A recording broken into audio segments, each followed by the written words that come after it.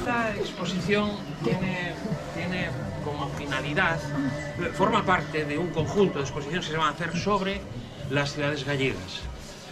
Las ciudades, porque probablemente es una de las cosas, paradójicamente, es una de las cosas menos estudiadas y menos historificadas que hay, ¿no? En Galicia, por razones a veces magníficas y a veces no tan buenas, la historiografía se ha centrado fundamentalmente en el medio rural, en la prehistoria y un poco más, en el nacionalismo. La historia de las ciudades, el funcionamiento de las ciudades, que al fin y al cabo fueron el mecanismo de desarrollo, inevitablemente, el mecanismo de desarrollo en todas partes, se estudiaron. Bueno, se hicieron se preparó un ciclo de exposiciones sobre las ciudades de Galicia, y se hizo ya, creo que, Santiago y Ferrol. Ahora, Lugo. Todas las exposiciones tienen un mismo contenido genérico, aplicado a cada una de las ciudades, tratando de buscar hablan de identidad. A mí lo de la identidad es una cosa que no me gusta mucho más la singularidad. Las identidades a veces son incluso complicadas, ¿no?, por su desarrollo. Entonces, casi siempre en todas las ciudades lo que hay es vamos a llamarle mito fundacional, lo de Atenas y Atenea, lo de Roma y Rómulo, etcétera, ¿no? Entonces en todas ellas se ha buscado algo, un elemento del que partir. La Torre de Hércules, supongo que será lo de La Coruña, que creo que es la ciudad siguiente. Y en Lugo es una ciudad pobre, Lugo no encontraron ningún mito. Pero no encuentra el mito el que no quiere. Utilizaron no en la antigüedad clásica, en lo romano, en lo castreño, sino que encontraron en la Edad Media a María Castaña. Los tiempos de María Castaña y esas cosas, ¿no? María Castaña no es que fuera de Lugo, pero vamos, su actuación estelar fue en Lugo, pero ha pasado a partir de la historia del siglo XIX, la historia se empezó a construir en el siglo XIX, ha pasado a ser una heroína, una luchadora por los derechos del pueblo frente a los señoríos episcopales, etcétera, etcétera. María Castaña vivió en el final de la Edad Media. Eso es lo que se muestra aquí, vale, pero María Castaña no fue eso. María Castaña fue, en primer lugar, no luchó contra nadie en absoluto. Lo que se ocurre es que su familia se vio involucrada en un lío muy gordo, en una revuelta en Lugo, por una cosa bastante deshonrosa, por malo que fuera el obispo, y veríamos mal que lo matase. Bueno, lo que hicieron los familiares de María Castaña fue matar al obispo, y ella lo que procuró es que no los matase, a base de dinero, etcétera, etcétera. Esa es la heroicidad de María Castaña. Eso es lo que de algún modo se quiere mostrar aquí. De todos modos, ya desde ahora debemos quedarnos con el sentido de que Lugo no es una ciudad romana, como le decía ayer, me parece, a la periodista esa que me llamó, y como te decía a ti. Lugo fue una ciudad romana, afortunadamente. Nosotros no vivimos en ínsulas, vivimos en casas normales y corrientes del siglo XIX y del siglo XX. Lugo es una ciudad contemporánea, como todas, que tiene rescoldos de un fuego anterior y a veces de un fuego que se ha extinguido por completo, como los romanos, ¿no? Los romanos están a 2 metros bajo tierra. Aquí el asunto arranca, verdaderamente la ciudad arranca de una Edad Media. Mi profesor de prehistoria, don Carlos Alonso del Real, a la Edad Media le llamaba el frailiense, ¿no? Vale, pues eso es el frailiense. Lugo es fundamentalmente una ciudad que nace a la sombra de un obispo. Lugo es una ciudad episcopal. Por eso, junto al asesinato de un obispo que nos han puesto aquí, nos han puesto también, había que de relieve, que es una ofrenda eucarística, el pan y el vino de una mujer que lleva la ofrenda, ¿vale? Y junto a ello, bueno, unas cadenas que quieren simbolizar ese poder del obispado, un poder que veremos después, más adelante, en otra parte de la exposición, quizá más con detalle y desde sus orígenes, etc. Y ahí en la vitrina tenéis el romancero de Lugo, una composición del siglo XIX de Aureliano José Pereira de la Riva, el sobrino díscolo de la condesa de Pallares, bueno, que quiso mitificar la ciudad, hizo un libro de poemas que fue muy premiado, etcétera, etcétera. Esto es el valor, digamos, simbólico, lo que se quiere mostrar en esta primera parte. Entonces, si queréis, echadle un vistazo y luego pasamos a este otro lado. Obviamente por un mapa del territorio y sobre él se empiezan a señalar cosas. Los dólmenes, los castros, luego la ciudad romana, luego la ciudad medieval, etcétera, etcétera, etcétera, hasta llegar a la más rabiosa actualmente, viendo las vías de comunicación y demás. Por aquí tenéis otros elementos que... bien, es importante también esto, que es un plano de una vía de más diverso. Por ejemplo, en este lado de aquí, lo primero que tenéis aquí es el templete de la música, un elemento de socialización y además que me permite citar por primera vez, pues lo vais a oír muchas veces, a un arquitecto que es fundamental en el desarrollo del Lugo y en lo que vemos hoy, que es Nemesio Cobreros y Cuevillas, un arquitecto provincial que llegó en 1870 y del que os puedo decir dos cosas. Una, no hay ningún sitio en el casco histórico en donde estés, por lo menos es difícil encontrarlo, y no tengas a la vista un edificio de él, una obra significativa. Hizo hasta las torres de la catedral. Vale, eso, un dibujo de él, del templete de la música, hoy está muy alterado. El puente, eso que llaman en la propaganda de turismo cultural, que a mí me hace mucha gracia, el turismo cultural. El puente que llaman romano, no es romano ni farrapos de gaita, ese puente que tenemos ahí abajo, lo único que le queda de romano son 6 hiladas de piedra que hay enterradas en el lodo, por el cambio el nivel del río, por las presas y tal, se fue encenagando. Eso es lo único que le queda. Todo lo que se ve es de sabe Dios cuándo. Mirad, aquí seguimos en la misma línea de lo de ahí, ¿no? Son esas estructuras que conforman a Lugo como una ciudad visible, y como una ciudad, lo que es una ciudad, ¿no? Un centro de atracción del entorno, etcétera.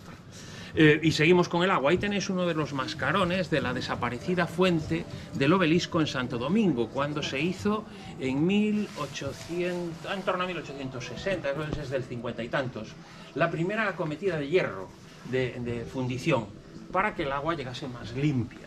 Esa acometida de hierro se hizo mediante una tubería que enterró un ingeniero provincial que se llamaba Marcelo Sánchez Movellán, y tubería que vino de Sargadelos, naturalmente, pues Sargadelos, como de sobra sabéis, no es una fábrica de cacharritos de porcelana, es sobre todo y ante todo y a mucha honra una fundición de hierro, eso es lo que... Bien, aparte de eso tenéis aquí una colección de planos, de entre los cuales, pero es pura afición personal el primero de ellos, el que está aquí, es probablemente un dibujo alucinante de lo que se llamaban las cortiñas de San Román, que ahora le llamamos Plaza Mayor.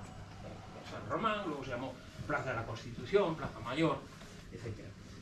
Y es como era esta plaza en el siglo XVII, las murallas.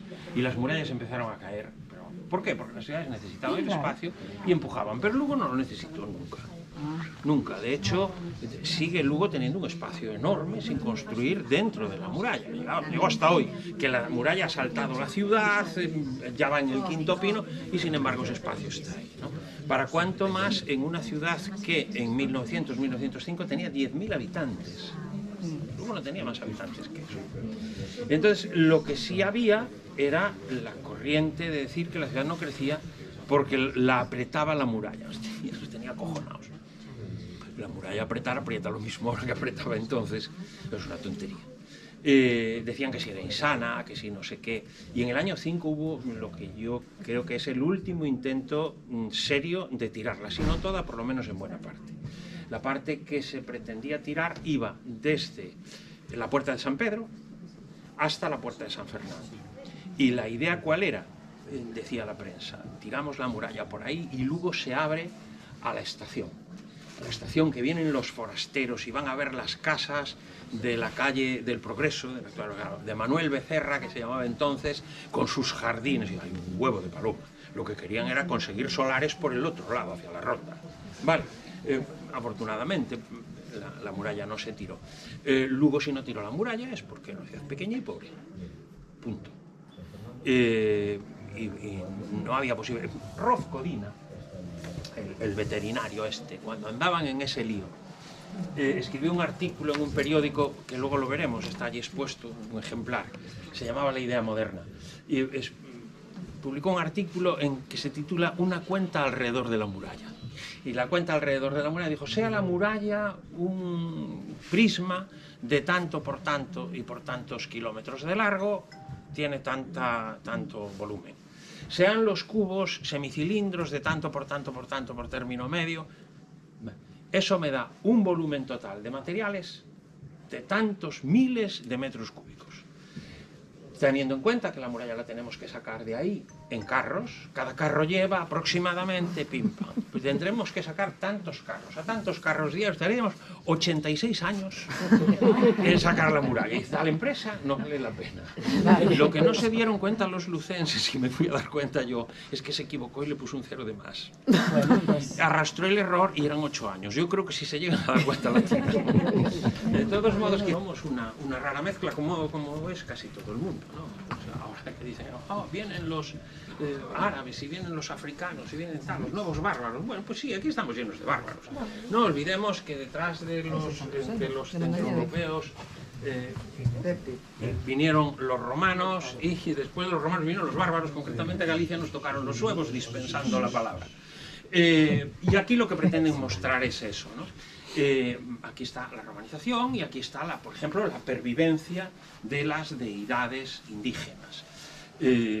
Naturalmente estos epígrafes no aparecieron en la ciudad. Creo que casi todos son de fuera del entorno, aunque en Lugo hay una colección epigráfica muy grande, pero quisieron recurrir a uno. Mira, este es uno de los lares viales, este es muy conocido, me parece que es de Castro del Rey o por ahí. Hay un conjunto de deidades foráneas para que se vea esa mezcla. Somos una rara mezcla de muchísimas cosas, ¿no? Aquí está la piedra, una de las piedras fundacionales de la ciudad romana, y allí una cerámica y una moneda. Hay ahí un vídeo muy interesante sobre la moneda de la Caetra, las monedas acuñadas en Ejido, el renacer de la ciudad en la Edad Media, es decir, el comienzo del frailiense, ¿no? Simbolizado en varias cosas. Simbolizado, en primer lugar, en un capitel germánico, probablemente visigodo, simbolizado en la marca que el cabildo dejaba en todas sus propiedades, que es el cáliz, y cáliz que se va a incorporar aquí. Lo quisieron, esto lo organiza la Xunta, entonces lo quisieron vincular con el reino de Galicia, etcétera, etcétera. Así es, ¿no? El cáliz se incorpora como símbolo al reino de Galicia. Allí, la época sueva, fundamentalmente quieren hablarnos del Parroquiale Suevorum, un documento increíble de descripción de Galicia, y aquí un mapa de Galicia, del que sacaron el primer himno, un mapa en el que aparece, sorprendentemente, no soy muy cartógrafo, pero sorprendentemente, entre los símbolos que utilizan, aparece una partitura. Vale. Entonces la hicieron sonar, pensaron que era un adorno, pero llamamos música, la hicieron sonar, y salió un motete. ¿Y dónde está esto? Canta, Gigi. Esto es lo que está escrito ahí. El Mysterium hoc hic mysterium firmiter profitemur, que es el lema de la ciudad. Y junto a él, o con él, algo que en Lugo se convierte desde hace siglos en un elemento que sigue siendo todavía hoy muy definitorio nuestro, que es la feria de San Froilán. La feria. Una feria que con el tiempo ha ido deviniendo en fiesta, pero la feria de San Froilán, el intercambio que traía aquí a gente de todas partes, un intercambio además de un radio muy grande, y el San Froilán es sin lugar a dudas la última fiesta del verano gallego. De hecho es en otoño, es en el principio del otoño. Sí. Porque después están a San Lucas. ¡Ay, claro, que ya! Y, naturalmente, con el San Froilán, el pulpo. Vale. El pulpo, que es una costumbre, lo de comer el pulpo en San Froilán, una costumbre muy propia del interior, más que de la costa, porque el pulpo era una conserva. El pulpo se secaba al aire, olía que apestaba. Yo recuerdo un secadero de pulpo, sí, olía que apestaba. Entonces, además el secarlo hace que el pulpo no esté duro como una piedra, igual que ahora lo congelamos, pues el secarlo porque rompe el tejido conectivo. Bueno, el pulpo en San Froilán, que no es una cosa tan vieja como dicen, es de la segunda mitad del siglo XIX bien andada. No recuerdo ahora exactamente la primera fecha en que está localizado, pero no es tan viejo como pulpo desde la Edad Media, no, a modín.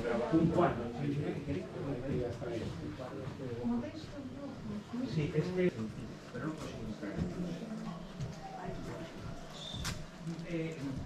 está tirando un cordero y está tirando pan.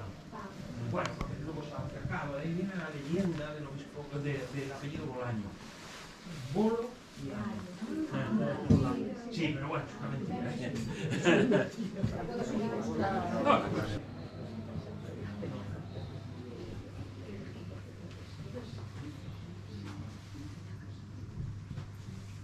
No,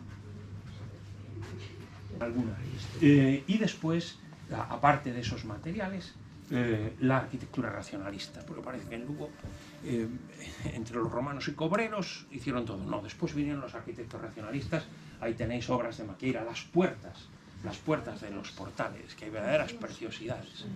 Y hay una arquitectura racional. Mira, aquí tenéis, mirad qué escalera.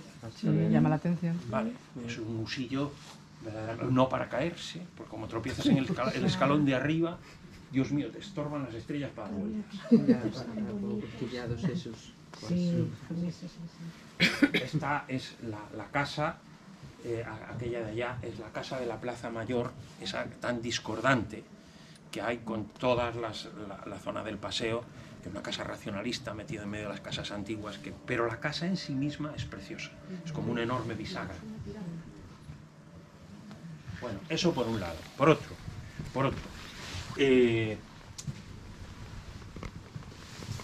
la prosperidad, la idea de prosperidad. Naturalmente esa idea de prosperidad está vinculada, o puede vincularse a dos cosas. Una, el tren, la llegada del tren a Lugo. Además, la llegada del tren a Lugo no solo afecta a la ciudad, sino que afecta al entorno, y a un entorno de un radio bastante largo.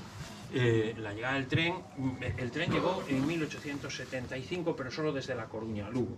La unión definitiva con Palencia se completó en 1882 o 1883, no recuerdo exactamente. El puente de la Chanca es extraordinariamente simbólico en ese sentido. Son 5 puentes en realidad, son 5 puentes uno detrás de otro. Aunque se caiga un trozo, el resto sigue en pie. Eso fue el progreso porque permitió el drenaje de la ganadería. Poder sacar el ganado para algo que el desarrollo económico español necesitaba, que era el crecimiento de las grandes ciudades, Madrid, Barcelona, y poder exportar ganados para... y por otra parte, eso trajo aquí el desarrollo económico. No hay villa en la provincia de Lugo en la que aparezcan casas viejas con galerías, ¿vale? Las típicas galerías de Galicia, que no sean hijas, esas galerías del comercio del ganado. ¿Vale? El desarrollo de Meira, de Fonsagrada, de Villalba, etcétera, etcétera, está en las vaquiñas. En Lugo se habla en la prensa, dice, este año la venta del ganado ha sido, el Banco de España ha entrado tantos miles de duros provenientes del ganado, etcétera. En este lado está una muestra de los periódicos que se editaron en la ciudad. Desde A Monteira, que es el primer periódico que se publica en gallego, el Diario de Lugo, La Aurora del Miño, faltan periódicos, falta por ejemplo el Regional. Tened en cuenta que, por ejemplo, si tomamos un año, 1900, en ese momento en Lugo hay 5 periódicos para 10.000 habitantes. Vale, uno por cabeza. Claro, eran periódicos de partido político, de tendencia política. Vale. Y ahí tenéis la literatura. Banco privado.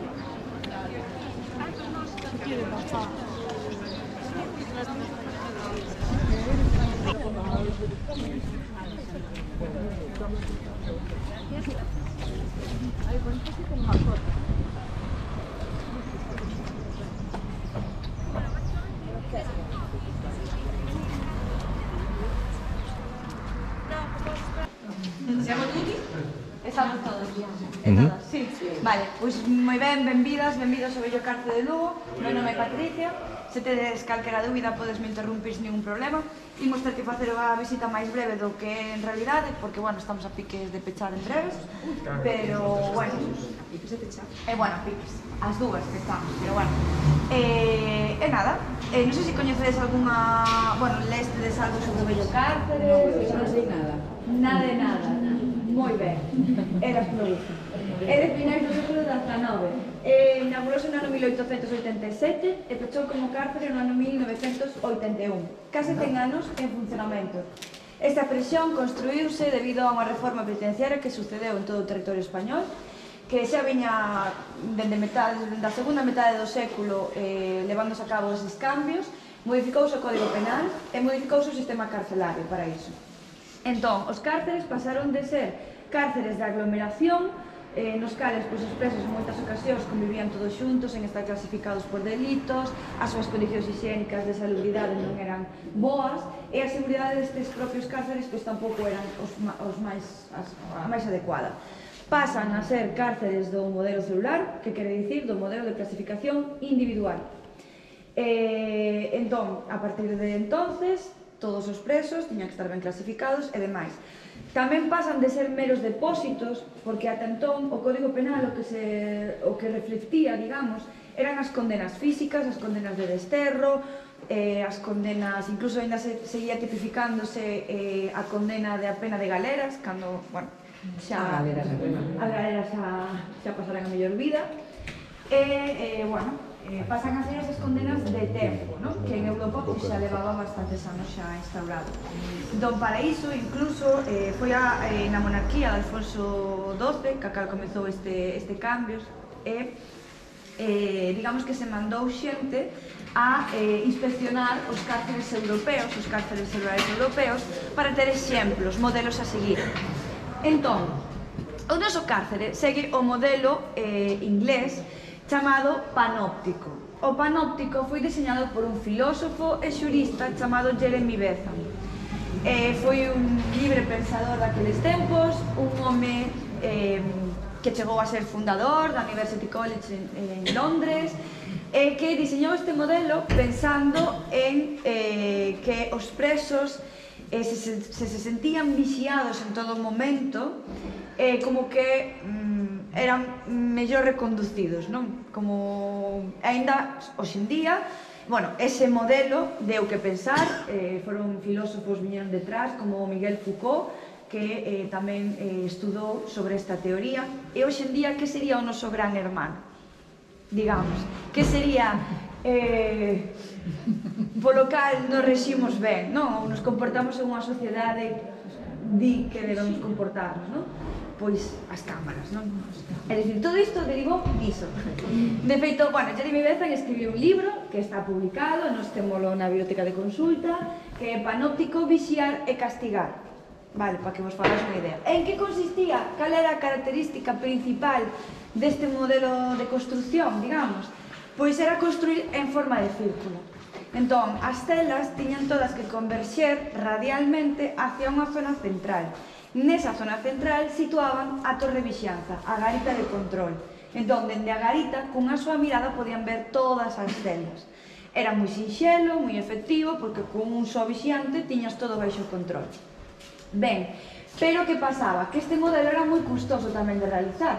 Porque, claro, non é o mismo construir en forma de círculo para 1000 persoas, por exemplo, un cárcere para 1000 persoas, que construir no modelo radial, digamos, que é o modelo máis utilizado, máis seguido, que combina este modelo circular que ten, pois digamos, o corpo central do que sería o cárcere e despois parten naves rectangulares que vista aérea veríase como unha estrela, non? Digamos. Claro, construir así pois é moito máis efectivo en algúns dos casos. Este modelo foi pouco seguido. De feito, o seu creador faleceu sen ver nunca un panóptico construído. E non hai un panóptico puro construído a día de hoxe. Non o hai. Según os preceptos que hai aproximaciones, máis aproximaciones, menos. A nosa é unha adaptación porque este cárcere era mixto. Entón, imos ver un corpo semicircular, non remata o círculo completo. Isto pode ser debido a que non querían que os homens e as mulleres convivisen no mesmo sector, no mesmo bloque. Entón, imos ver un semicírculo e despois unha nave rectangular adyacente, pegada, que é onde estaban as mulleres situadas. Pero, bueno, o cárcere estaba composto de 3 edificios, atopámonos no primeiro dos 3, que era o que daba directamente á beira-rúa, era o edificio de entrada, o edificio que albergaba as oficinas do xulgado para este lateral, e as estancias do corpo de garda para este outro. Entre elas tamén estaba a sala de control, non? Onde facían, requisaban, non? Os obxetos e demais, eso era. Eso tiña a planta baixa, vale? Non tiña as plantas superiores. Imos ver despois imaxes de como era. Despois o segundo edificio, que era onde estaban as celas dos homes e das mulleres, e logo hai un terceiro edificio, que está pechado xe un día ao público, que era o edificio onde se tapaban os servizos: a cociña, a enfermería, os almacéns, a escola e a sala de autopsias. Escola, por qué? Porque moitos dos presos e das presas eran analfabetos. Entón, ainda hoxe en día, dentro dos cárceles, está a inserción a través da enseñanza. De feito, é obrigatorio asistir á enseñanza ata eso, ata cumplir a educación obrigatoria, non? Entón, pois aquí tamén tiñan esa escola.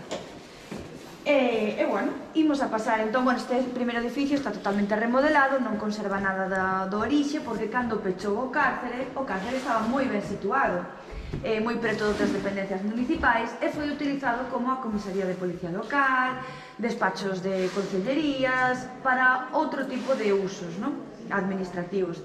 Entón, foi totalmente remodelado para iso, e agora, nesta reforma, pois, os arquitectos consideraron que non tiña importancia, digamos, manter esas distribucións. Entón, por eso vemos a recepción do centro, vemos unha biblioteca de consulta, que está especializada en patrimonio, en feminismo e en memoria histórica. Riba nosa temos un auditorio, que agora mesmo tamén ten un acto, e xusto por riba de todo, o que sería a azotea, e hoxe en día temos esa estrutura toda cristalada, que será a cafetería nun futuro próximo. Entón, agora sí, imos a pasar o segundo.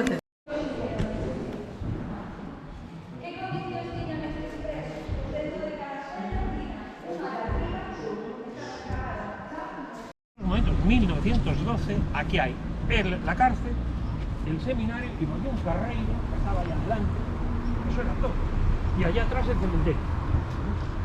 Y dijo, Lugo no puede ampliarse por ahí, Lugo tiene que ampliarse por aquí. Si desde la cárcel trazamos un camino que llegue al Garañón, que es allá, y a ambos lados ponemos los centros educativos, encontraremos el lugar idóneo para un ambiente sano y tal, para nuestra juventud. 50 años después se hizo lo que dijo, un auténtico visionario, 1912. Y ahora vamos a comer.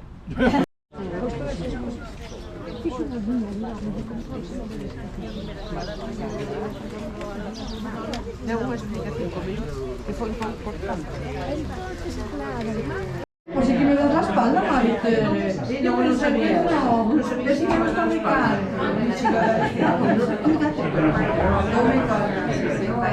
Están cortadas así, para que escurra el agua. Vale, eso es romano. Y eso desaparece donde hubo intervenciones como por ejemplo esta, que había una capilla, la capilla de las ermitas, que volaba sobre la calle y se accedía por ahí. ¿Esa por? Y lo que mejor, barras eléctricas, la muralla, eso para todo. Yo cuando era pequeño, por la muralla había postes de la luz de los dientes, de esos de madera, cruces, pensaba que era de tiempos de los romanos. Sí, eso he visto, los ladros. La muralla se ha hecho de todo. Oye, ¿de Puerta Toledana? Probablemente por línea Toledo. Tal cual, ¿eh? Era la que iba a Toledo. Esta es la entrada al Camino Real. Ya.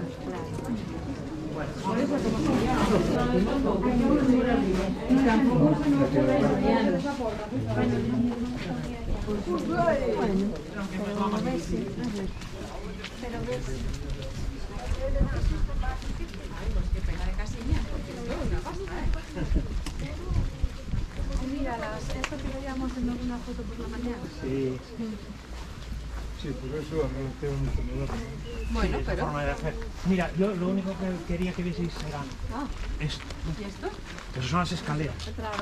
Es que las escaleras de la muralla que se ven hoy son de antes de ayer todas, casi todas de cobreros. Pero la muralla tenía accesos, detrás de cada cubo hay una escalera. ¿Vale? Hay una escalera y la escalera es de un tiro, de un solo tiro, y después se bifurca. En general, hay alguna que no responde a ese modelo. Y están muy altas, pero es que de ahí para abajo, se supone, había una escalera de madera.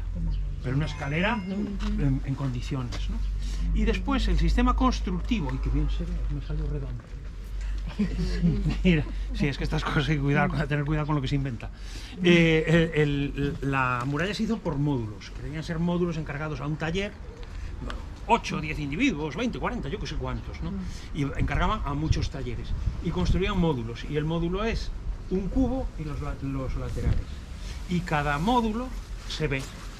Mirad qué raya hay ahí en la piedra. Si no estáis acostumbrados a mirar para adentro, No, te enseñan porque yo no.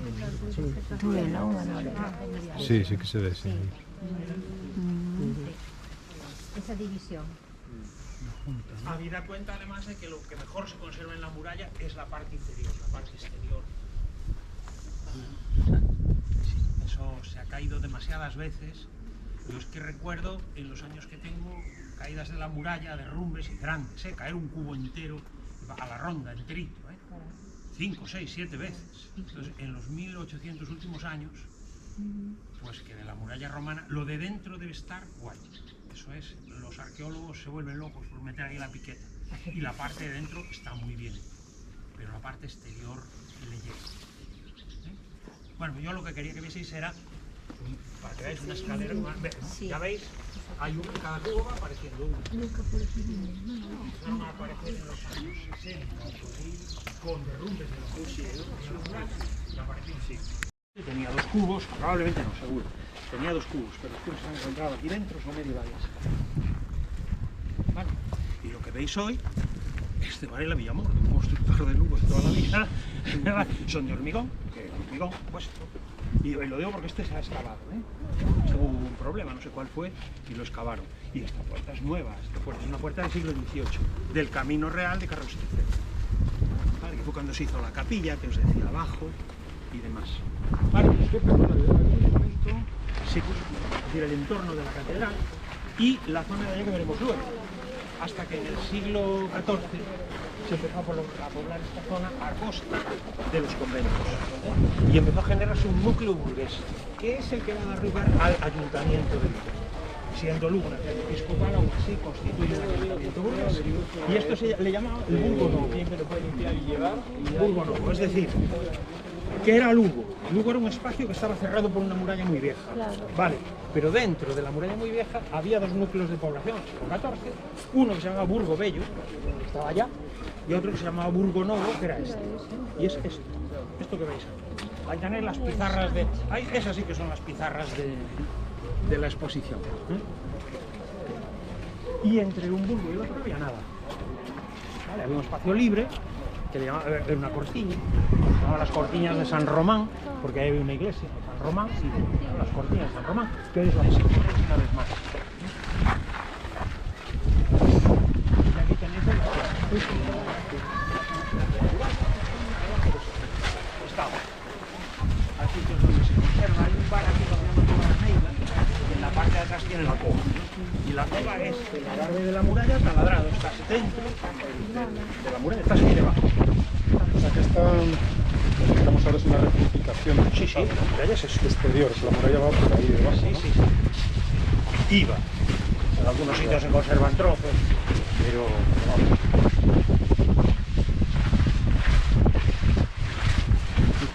Madre Quedan mía. pocos.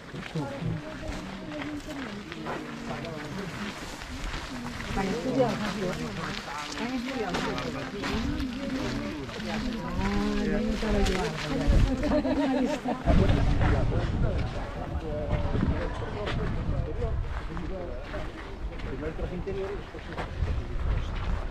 y bueno, una cosa, desde aquí hubo durante muchísimos años, yo lo tengo detectado hasta 1960 y poco, en el diseño urbano de Lugo, abrir una vía rápida. La vía rápida entraba o salía, como quieras, por aquí, para conectar con aquella avenida, seguía por aquí, barrenaba todo e iba a salir por el otro lado de la ciudad.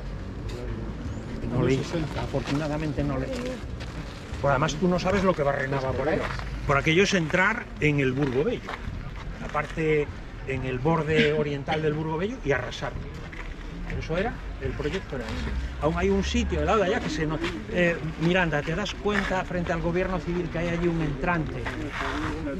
Enfrente justo del gobierno civil, que hay un entrante en las casas. Eso lo tuvieron que dejar los de las casas que se construyeron para hacer eso. O sea que no fue por el canto de un duro. Por eso tiene banco. El ayuntamiento. Esto era el ayuntamiento. Aquí se ayuntaba. Vale. Y bueno, aprovechamos la coyuntura para darle un vistazo a esto. Entramos ya de bruces en el Lugo ciudad, en el Lugo además que se proyecta, que no es las calles no son consecuencia como el Burgo Bello, ahí lo tenéis bellísimo, ¿verdad? Bellísimos para eso, ¿no? El Burgo Bello y el Burgo Novo, que eran las calles, pues los agujeros que quedaban entre las casas, necesariamente no los pegaban mucho unos a otros y quedaban huecos que son calles, ¿no? El primer proyecto urbanístico que en la ciudad es en el siglo XVIII y es este. Es un proyecto clásico de hacer una edificación simétrica. El atrio, el atrio grande, hacer el atrio grande y después hacer una fila de casas por este lado y otra por aquello. Aquellas eran las del Cabildo, estas eran particulares. Y todo esto surgió por culpa de los portugueses. A ver, sí. Es que en el año 1750, no sé si lo sabéis, hubo un acaneo en Lisboa, y agárrate que hay curva. Y el terremoto de Lisboa separó la fachada románica de la Catedral de Lugo. Hizo ¡clac! Vale, de tal manera que caía la piedra por carros durante años. Allá iban, venían con unos carros y sacaban la piedra, se venía abajo. Entonces la fachada estaba un poco más atrás. Luego, cuando vayamos por ahí arriba, por curiosidad, veréis el sitio por donde estaba, ¿no? La fachada románica quedó completamente arruinada. Todavía en el claustro barroco hay señales de ese terremoto. Además los canónigos dejaron constancia en las actas, además que esto había temblado durante 5 minutos, que había sido espantoso, ¿no? Como consecuencia de eso, pues hubo que derribar la fachada románica, la tiraron y entonces ya, claro, la Academia de Bellas Artes, que ya existe, marca unas pautas para la edificación de esta otra fachada. Una fachada que se construyó en 1770 y tantos, no me acuerdo de memoria del año exacto. Sánchez Bort la hace, la remata un escultor, Santiago Cuadrigas, me parece que se llama, pero no la remató entera, no había dinero suficiente. Y si os fijáis, a ver, en esa torre, ¿veis el balcón? Sí. Vale. Como una cuarta por encima del balcón, la piedra cambia de color. De ahí para arriba, cobreros. De ahí para abajo, del 18. La catedral quedó sin torres y en el siglo XIX, de la construcción de esas torres hay fotos, ¿eh? O sea que ya es una cosa de antes de ayer. ¿Por qué se pudieron construir las torres? Porque un cura de Sarria dejó toda su fortuna a su alma. A su alma. Y que se materializase en las torres de la catedral. La dejo por única y universal heredera a mi alma y a la de mis padres. Cabildo tuvo que poner algo, pero vamos, calderilla, ¿eh? Calderilla. Supongo que los arquitectos originales dejarían un proyecto. Sí, pero Cobreros lo siguió de aquella manera. Hizo algo parecido, pero no exactamente igual. Sí, pero hay. No uno, me parece que hay 2 proyectos por lo menos. La catedral románica. De ahí para allá se añadió. Y el cosido de la estructura pues estaba de aquella manera, ¿no? Se construyó en el siglo XVIII hasta aquí llega la catedral románica. Habida cuenta además de una cosa, que en este lateral de la catedral hay capillas, es decir, aquí no tiene forma de cruz la catedral, aquí está la capilla de San Froilán y allí hay 2 capillas góticas que eran las 2 primeras parroquias de Lugo, San Pedro y Santiago, que estaban en la catedral, salieron en el siglo XIX y primero eran 2 capillas, después fue una y las parroquias continuaron aquí durante muchísimo. La primera que salió fue la de Santiago, Anova, la de Santiago cuando hubo el robo sacrílego en 1852. El Burgo Viejo estaba de aquí para allá y el Burgo Nuevo,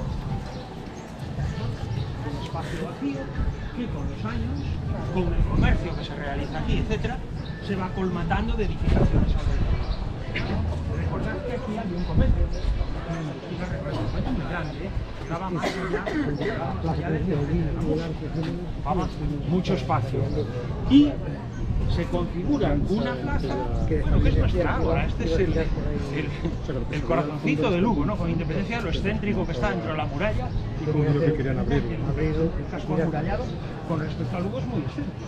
Estamos en el lado meridional y Lugo creció para allá como un loco, hasta Garabolo, ¿no? Está excéntrico, pero esto es el centro, es el pulso de la ciudad, está aquí. Ahí tenéis el templete de Cobreros. Sí. Ahí estaba la Alameda, lo que ocurre es que ahora hay 4 árboles, pero en tiempos había ahí casi 70, bueno, eso lo recordamos los que tenemos tierra, ¿verdad? Olmos preciosos. Y era el sitio de venir a orearse. Lo primero que pensó la burguesía lucense era en hacerse un sitio sano, de aire y tal, y libre, con pasear, plantas y tal, y construyeron la Alameda. Cambió un montón de cosas. La forma, ahora hay escalones, antes había pues, los leones que estaban ahí colocados con escalinatas más pequeñas, pero claro, cambió 20 veces de forma. Y lo que sí se ha conservado relativamente bien es el primer tramo de casas que ahora tapan los terrazas. ¿Vale? Bien, esta que es una casa 18esca y la de al lado también, aunque está muy alterada porque le pusieron balcones, le pusieron la galería, le dieron aquel pendello encima. Lugo es la ciudad de los pendellos, aquel pendello ahí encima. Sí. Y después las de al lado, la primera, sí, vemos esta grandona, ¿vale? La siguiente, la tercera es la de Bolaño Rivadeneira, un jurisconsulto, un hombre muy culto, muy preocupado por la gente humilde, fue el que hizo la escuela de artes aplicadas y oficios artísticos, tipo así. Muy bien, estupendo. Y verán, la de Bolaño Rivadeneira.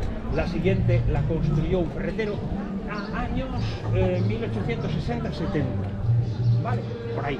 Y después la siguiente es la del centro, la que habéis visto en los planos de la exposición, que es del año 1898 los planos, la construcción de 1900, la Fermín Senra Sanjurjo.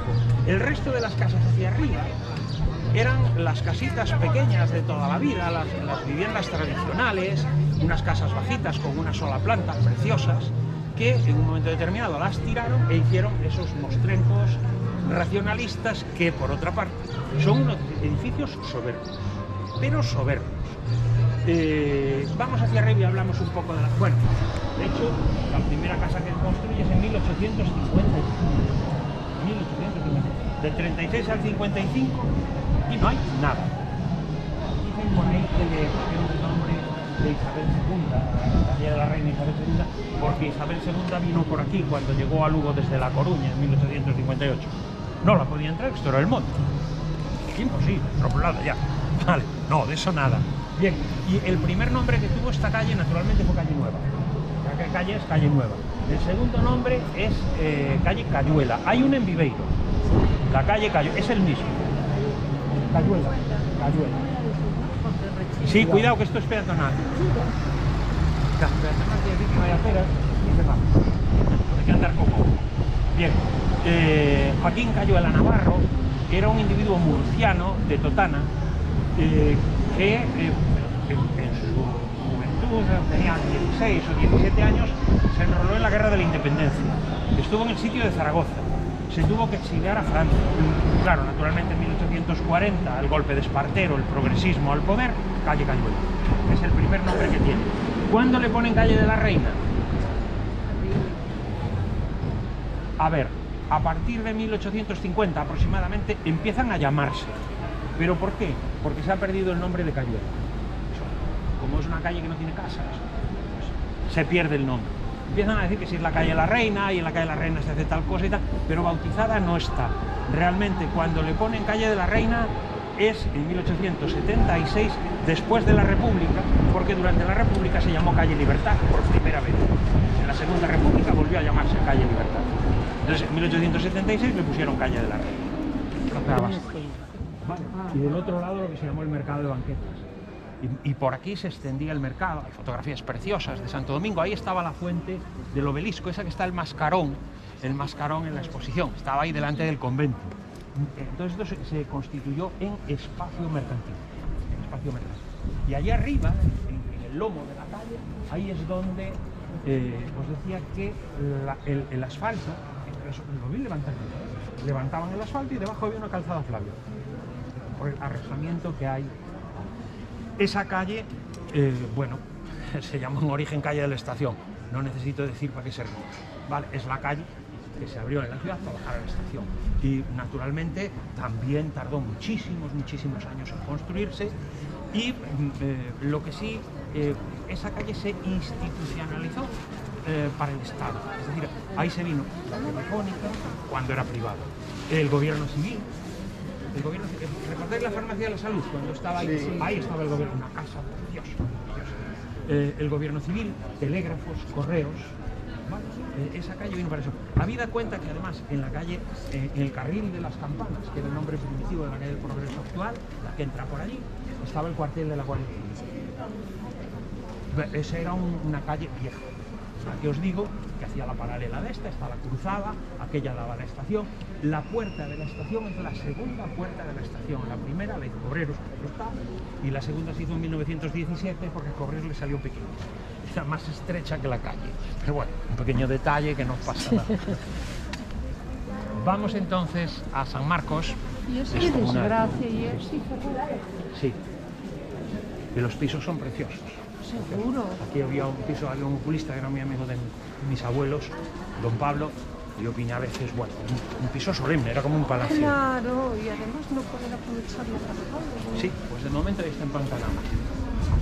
Más 3 pisos, porque debe tener que ser 3 y uno retranqueado. Sí. De día arriba, porque están aquí. Predicamos.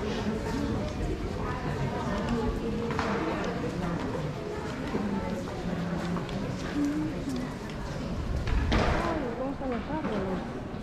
Sí. ¿Qué son los árboles? ¿Sabes? No. Bueno, este es el hospital de Isabel II. ¿Cuál? Vale, este. El hospital de la ciudad estaba allá. Aquella iglesia que se ve allí, la de San Froilán, era la capilla del hospital viejo. El hospital viejo estaba muy mal, etc. En los años, cuando está aquí Isabel II, en 1858, se habla de que la ciudad necesita un hospital, pero vamos, ya. Entonces el primer arquitecto provincial, en 1861, hizo un proyecto de un hospital, los sanitarios lo vais a entender bien, para 400 camas. 400 camas.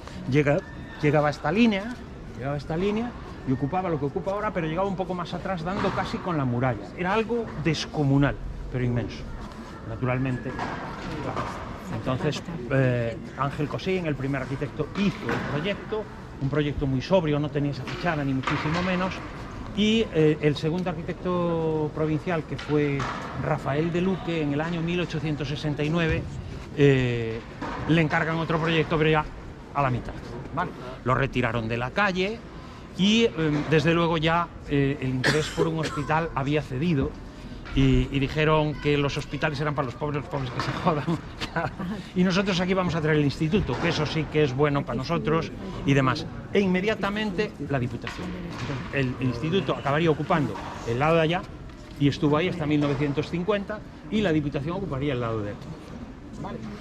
¿Qué ocurre? Bueno, pues que la prestancia que necesitaba un edificio institucional de una diputación y demás, la fachada que tenía no era lo ideal.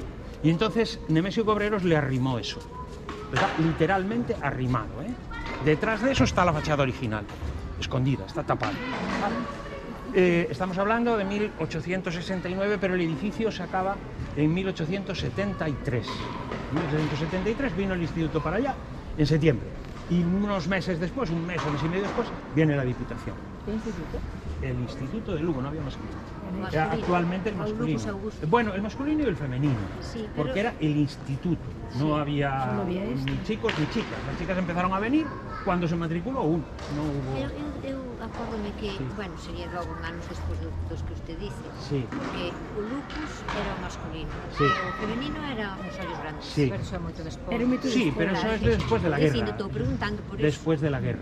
Eso es después de la guerra. Antes era el instituto. El instituto y nada más.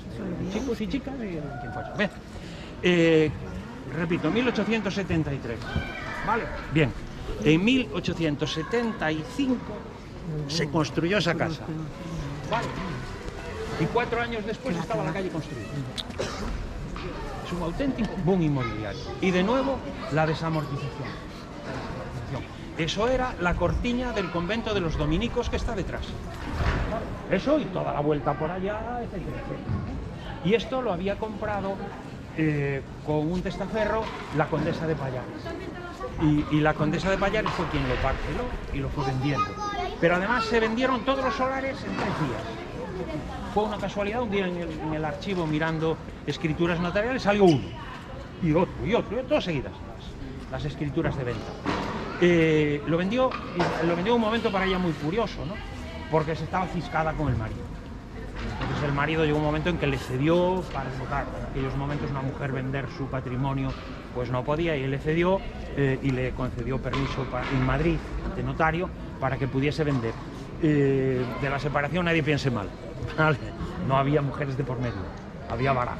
El conde se jugaba, pero vamos, lo que fuese, ¿eh? Lo que fuese. Y este es el único boom inmobiliario que hay en Lugo hasta los años 60. ¿Vale? Porque verdaderamente aquí cabe mucha gente. Pensad en los pisos, mira, las casas diseñadas en principio como esta. ¿Qué ocurre? Muchas ya se diseñan con el piso de galería y otras se diseñan así, y cuando las están construyendo piden permiso para poner la galería. Pero en resumen de cuentas, todas, un piso de balcón y otro piso de galería. La que queda este resto. Aquí había otro un poco anterior, que la tiraron e hicieron este. Pues este. Sí, esto, es verdad. Y bien, lo que sí tiene esta calle, para mí ese es el encanto, ¿no? Que es arquetípica de la restauración.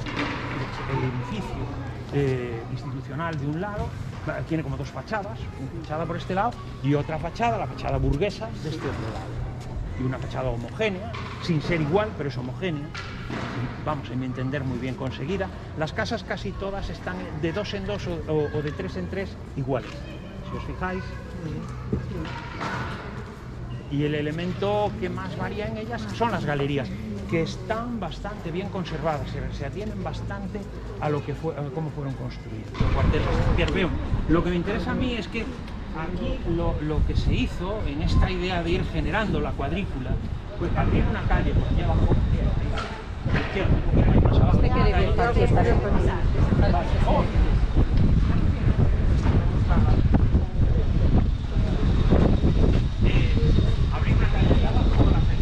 calle del teatro, porque había un teatro en el convento de franciscanos y demás, y después utilizar alineados los distintos callejones antiguos. Habida cuenta de que esto eran callejones y calles entre puertas y cortiñas. Bueno, aquí no había otra cosa, era monte. Este se llamaba carril de la ramella.